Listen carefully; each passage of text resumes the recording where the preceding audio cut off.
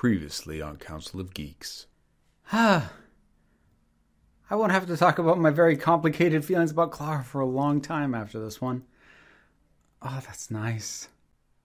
Okay, look, in my defense, I actually shot that months ago.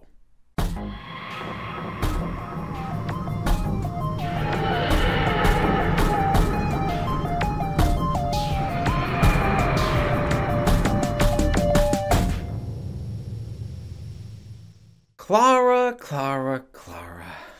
I feel pretty safe in saying that she is the most divisive companion of modern Doctor Who.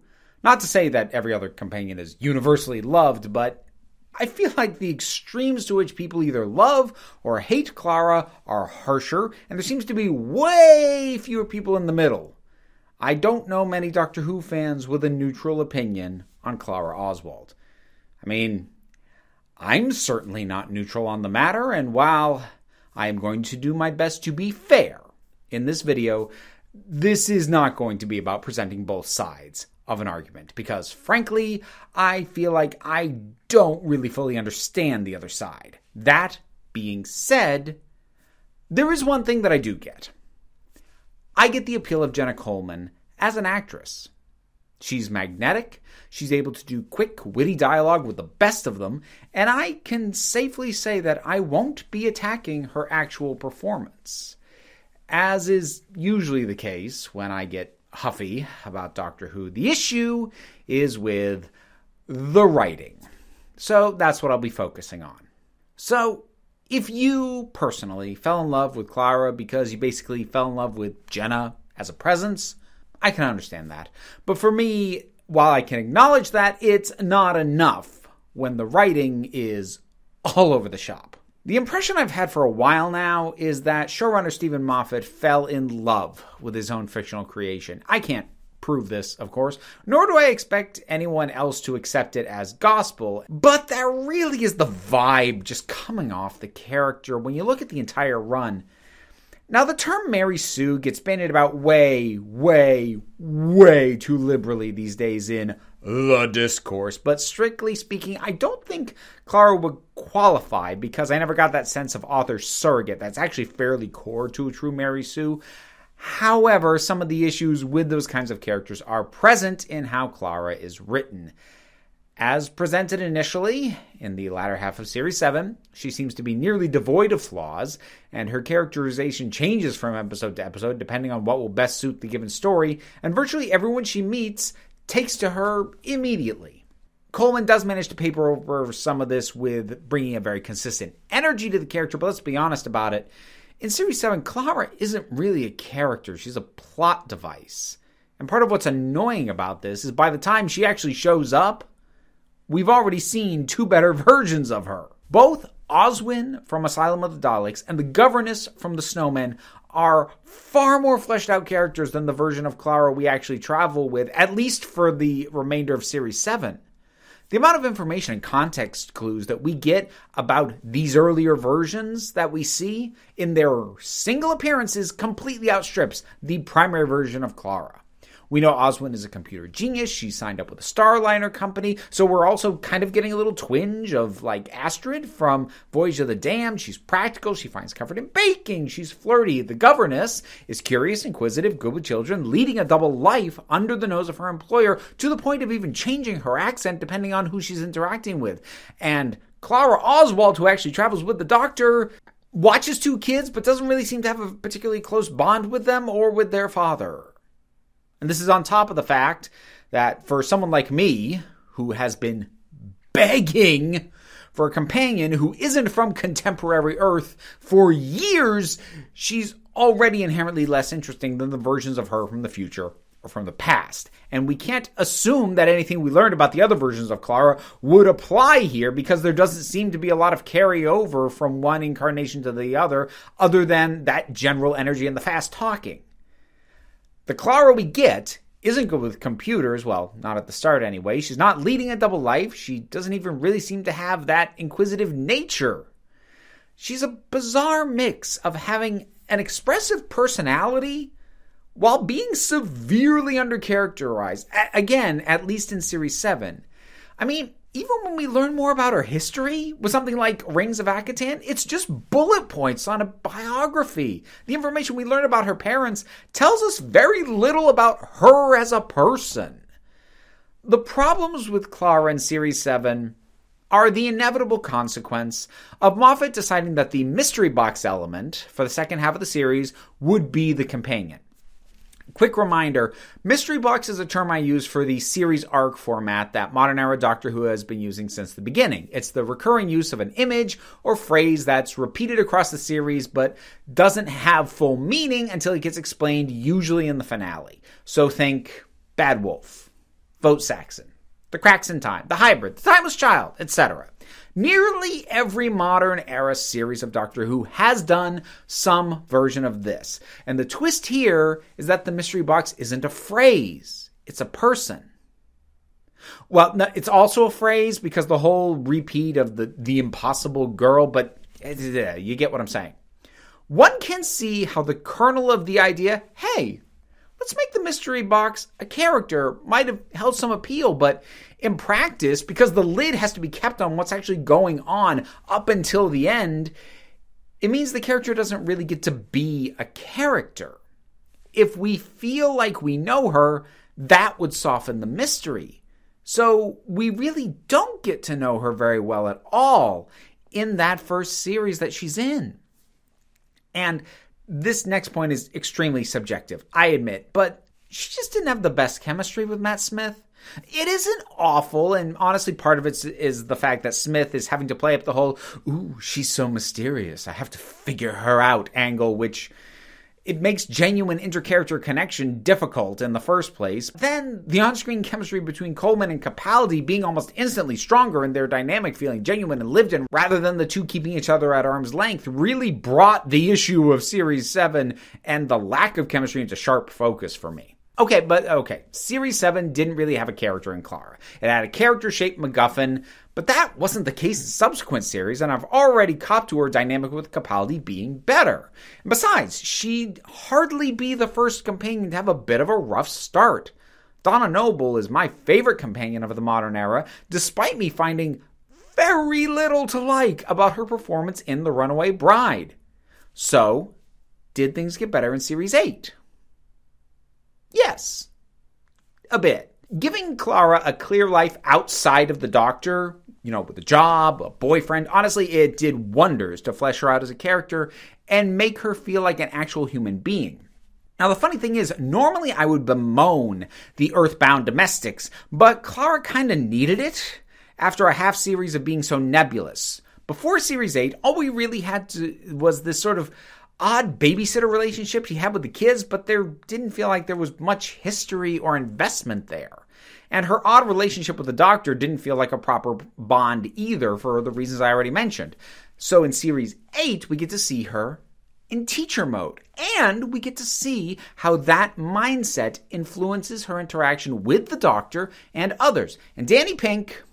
Okay, so Danny's a little bit of a mixed blessing. On the one hand, by giving Clara another character to interact with on a regular basis, we get a much better sense of her as a person.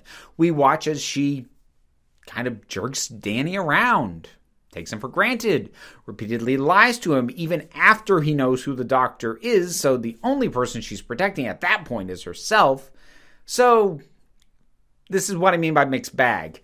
These are character traits, but it also doesn't exactly paint her as a particularly good person. Now, that not need inherently be a big problem. Companions don't have to be perfect people, and honestly, it'd be kind of boring if they were. The issue here is one of framing, because while we watch Clara lie to Danny's face, and we see her do it over and over and over and over again, the show never really seems to think that this is a bad thing. It's often treated and framed more as some kind of amusing complication of her life, as opposed to a repeated betrayal of another human being's trust. It has the playful tone of Donna not telling her mother about the Doctor, but again, pretty quickly, Danny knows who the Doctor is. So it's not, oh, I just won't tell him. She has to actively and consciously decide to deceive him over and over and over again. She is putting her life in danger on a regular basis. This is not something he doesn't need to know. It's something he has a right to know as her partner and is actually asking her about. Now, I suspect some of you are saying, isn't that more of a Danny problem than a Clara problem? Not really, because the two are intertwined and interconnected, and it also doesn't help that the resolution of Series 8 kind of hinges on the strength of their relationship. Strength that has been getting undercut at every step. When Clara threatens to throw the TARDIS keys into the lava, it doesn't read as somebody desperate to bring back the person they love. It reads as someone who just can't deal with anything happening that she didn't have control or say over. Which again is a character trait and a flaw, and that's fine. But then the story banks on the fullness of their love, and it just doesn't track because the show never properly grapples with just how one-sided their relationship actually is. Given that I've just touched on the end of Series 8, I feel like this is a good time to address how many times Clara was set up to exit the show and then just didn't. It starts with a fantastic scene where the Doctor and Clara both lie to each other and then they part ways, neither in a state where they are able to continue journeying with the other. And it has been confirmed that this was originally written as an exit point for Clara, though before production started, Jenna Coleman decided to stay on board. This would be the first of 2 times that she would almost leave the show, as then Last Christmas was also written as her exit, only to have her change her mind and stay after the table read. Now, this I'm ready to leave, no, wait, I'll stay thing, especially twice in a row, is pretty much the one item that I'm going to hold Jenna Coleman culpable for in all this. Now, if this had happened in an American show, it would have been a very safe bet that the actor was just saying they're leaving in order to try and squeeze out a pay increase in order to keep them around. But TV production culture in the UK isn't really the same beast, and I never got that impression. And I do believe that she really did genuinely feel torn about leaving and changed her mind. Which, okay, that happens, but it still does have a tangible impact on the show. Death in Heaven felt largely unaltered. It really did read like they just kept the "she's not coming back" script as it already was, since the ending wasn't quite so firm that they couldn't in fact roll it back and have her return and appear again. Last Christmas, on the other hand, is a bit of a mess toward the end. Now, Steven Moffat claims he wrote 2 versions right from the start, suspecting she might change her mind again, and to be honest, I have a really hard time believing that. Because after a really well done, heartfelt resolution to Clara's time with the Doctor and giving her a full life without him, the "no wait, she's fine, more adventures" ending feels nothing if not stapled on after the fact. And the thing is, I'm actually trying to be nice to Moffat when I say I don't believe him about always having a version ready to go where she stays. Because if that's not true, and he didn't always have it, it would definitely explain why it feels like it ends twice, with the second ending added on as quickly as possible without altering the rest of the script. But if it's true, and he always did have this one plan, then honestly, it means he thought it was better to fake out an exit and backtrack immediately rather than do a proper rework so that the ending where she stays feels organic and not tacked on. And that is just terrible writing. And even if I set that aside and don't get hung up on how weird and disjointed the end of Last Christmas feels, this is still a problem because it inherently devalues the tension that would otherwise be inherent when she actually leaves. You can't keep faking out the audience and expect the same impact every dang time. Is why character deaths carry no weight in superhero comics. Fool us once, shame on you. Fool us twice, shame on us. Try and fool us the same way over and over and over and over again. How stupid do you think I am? But, okay, so after an undercooked first series, but a stronger, yet still flawed second series, with 2 good exits that didn't turn out to be exits, we finally got the actual, real, no fingers crossed, we promise, final series for Clara Oswald. Series 9. Now, here's the thing. Series 9 nearly won me over on Clara. Actually, I tell a lie. Series 9 did in fact win me over. It just then lost me again with an episode that I am going to spend as little time as humanly possible on because I've already devoted 3 videos and notable portions of several more to the thing, and I suspect that people are actually finally tired of hearing me bang on about it. So, here are the 2 things Series 9 did with Clara that are really well thought out. First, instead of having Clara appear to always somehow be in the right even when she's clearly not, it picked a real, true character flaw and it stuck to it. That doesn't stop the show from still making her extra smart and clever at the expense of other characters in a few instances, the most egregious of which being that nobody in unit apparently even considered the idea that airplanes stopped in midair could be used as weapons until Clara suggested it. How many planes? 4,165 aircraft currently airborne. That's a lot of passengers. That's a lot of fuel. Oh, dear God. Yes, it is. This is a military group operating post 9/11, and nobody thought of this before the school teacher popped her head in. But even moments like that don't completely dampen the work done on what Moffat and his team selected as her big failing. In Series 9, Clara has not only a clear flaw, but a tragic and ultimately fatal one. And what's more, it's not one they just plastered on to her out of nowhere. It's not like how in Back to the Future Part 2, suddenly Marty can't stand being called chicken. Where the heck was that in the first time? No, instead they picked on something that was already there with Clara. It's not just that she wants to travel with the Doctor. She seemed to actually want to be the Doctor. It's something that she's learnt from the Doctor and keeps learning. So I think she's definitely adopted his point of view and his attitude. This got dropped a few times in Series 8 with episodes like Flatline, where she tries to fill the Doctor's role in his absence by imitating him as best she could. And then it's reinforced in Death in Heaven with the whole, See, I'm not Clara Oswald. Clara Oswald has never existed. Identify. I'm the Doctor. At the time, was a pretty pointless scene, which appeared to exist only as a snippet that could be used in teasers, but now, retroactively, it becomes something that is stoking the fire of her drive to measure up to the Doctor and do the things that he would do. It's a really smart thing to latch onto so that now she has a trajectory and a path that leads to her death that doesn't feel unearned or manufactured. The hints are there, and they exist in the previous series now, that she is always on the path to face the Raven. It's brought up again in Series 9 and Under the Lake, where the Doctor flat out tells her to not try and be him. And ultimately, that's the very thing that gets her killed. Trying to outthink the situation, doing what she believes the Doctor would do. That is why she dies. She is so sure that she is doing the smart thing, certain enough that it's what the Doctor would do. She doesn't even think that she needs to tell him before she does it, and then she dies from that choice. It's a choice that's built up to. It's treated as a tragedy rather than karmic retribution. It's unfair, but not unprovoked. She didn't deserve this, but she still brought it on herself.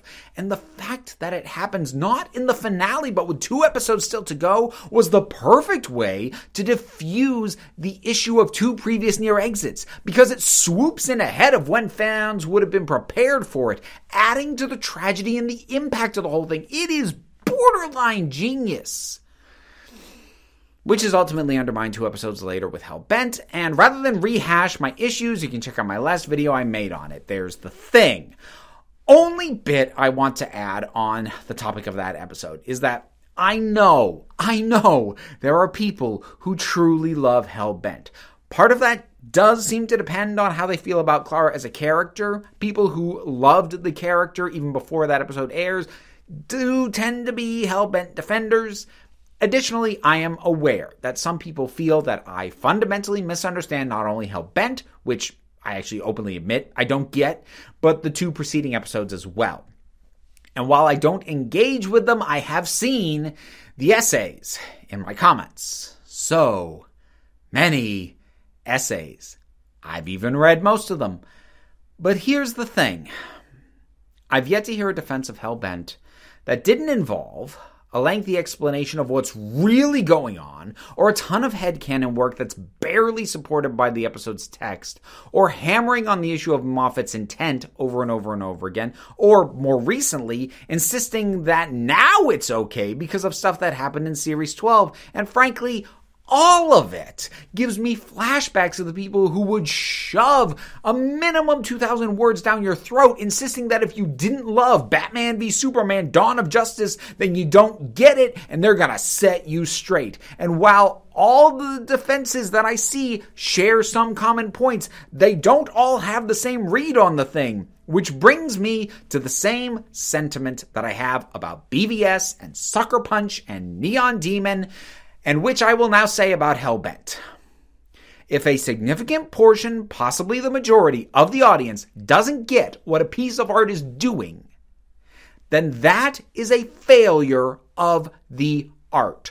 Part of an artist's job, especially if it's intended for mainstream consumption, is to convey the ideas they're addressing. And if people come away not catching those ideas, and the defenders don't all agree on what those ideas even were, then the artist screwed up. Okay, I'm done with that. So, to reiterate, it's less that I hate Clara as a character than it is her time in the role being a frustration sandwich. There's a stretch in the middle that's pretty good, but on either end are massive annoyances that I can't ignore.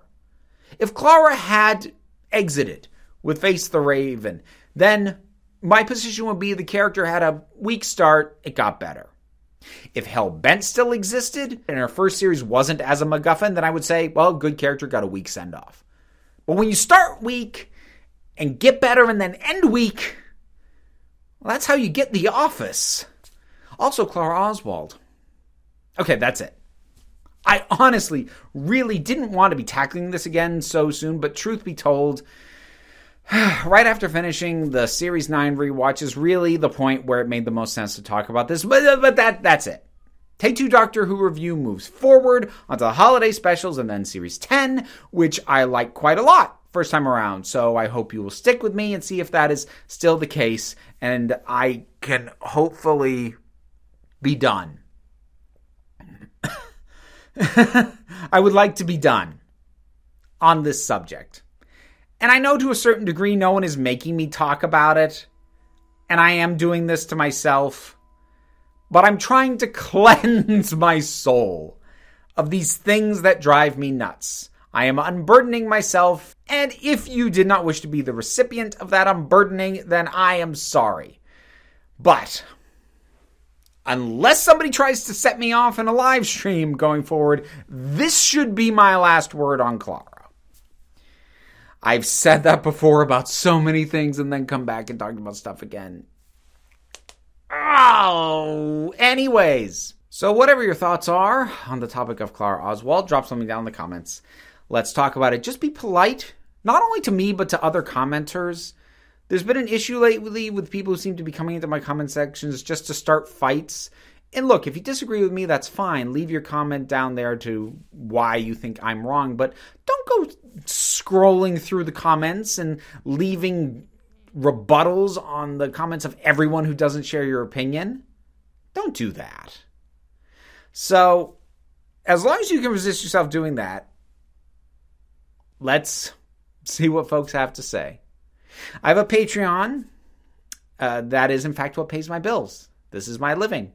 And any amount you are able to give is of great assistance. And even if you're not, like, share, subscribe, they all help me out. Hit the bell if you feel so inclined. But you also don't have to do any of it, because at the end of the day, you are the council.